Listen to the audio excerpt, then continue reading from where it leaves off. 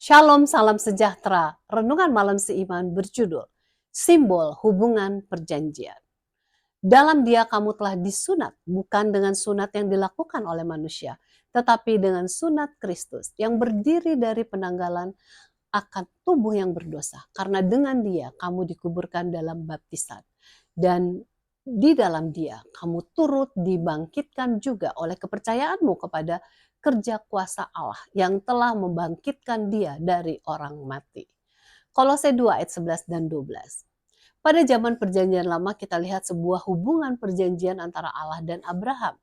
Kita bisa baca dalam Kejadian 17 ayat 1 sampai 7. Perjanjian yang diberikan kepada Abraham ini merupakan aspek dari ciri rohani dan kebangsaan.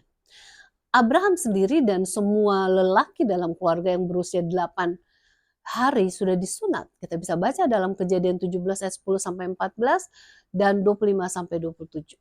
Jika ada lelaki yang belum disunat, haruslah dilenyapkan dari kalangan umat Allah karena ia telah melanggar perjanjian itu. Kejadian 17 ayat 14. Perjanjian itu diadakan antara Allah dan Abraham menyatakan dimensi rohaninya. Penyunatan Abraham berarti pengukuhan pengalaman pendahuluannya dalam pembenaran oleh iman. Penyunatannya merupakan meterai kebenaran berdasarkan iman yang ditunjukkannya sebelum ia disunat. Roma 4 ayat 11. Akan tetapi sunat itu sendiri tidak dapat menjamin pemasukan ke dalam dimensi rohani sejati dari perjanjian itu. Sering juru bicara Tuhan menasehatkan pentingnya sunat rohani bukan hanya sunat jasmani. Sebab itu sunatlah hatimu dan jangan lagi kamu tegar tengkuk. Ulangan 10 ayat 16. Sebab segala bangsa yang tidak bersunat hatinya akan dihukum dengan orang bukan Yahudi. Yeremia 9 ayat 25 dan 26.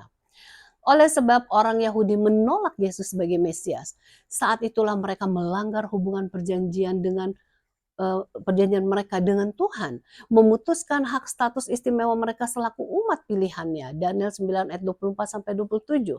Walaupun janji Tuhan dan janji-janjinya tetap sama, ia memilih umat yang baru.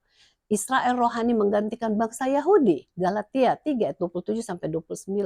Kematian Kristus mengukuhkan perjanjian yang baru. Orang banyak memasuki perjanjian ini melalui sunat rohani, sebuah sambutan iman terhadap kematian Kristus yang mendatangkan perdamaian. Orang Kristen mempunyai pemberitaan Injil untuk orang-orang tak bersunat. Kita bisa baca dalam Galatia 2 ayat 7. Perjanjian yang baru mewajibkan iman batiniah, bukannya bersifat lahiriah yang menjadi milik bangsa Israel. Seorang dapat menjadi orang Yahudi karena melahirkan, tetapi sebagai orang Kristen hanyalah melalui kelahiran baru. Sebab itu baptisan adalah tanda dari sunat rohani yang menunjukkan kita adalah milik Tuhan, mempunyai hubungan dengan Tuhan, yang meninggalkan hidup lama menjadi hidup yang baru. Semoga kita semua mempunyai kehidupan yang baru setiap hari karena senantiasa bersekutu dengan Yesus. Tuhan Yesus memberkati.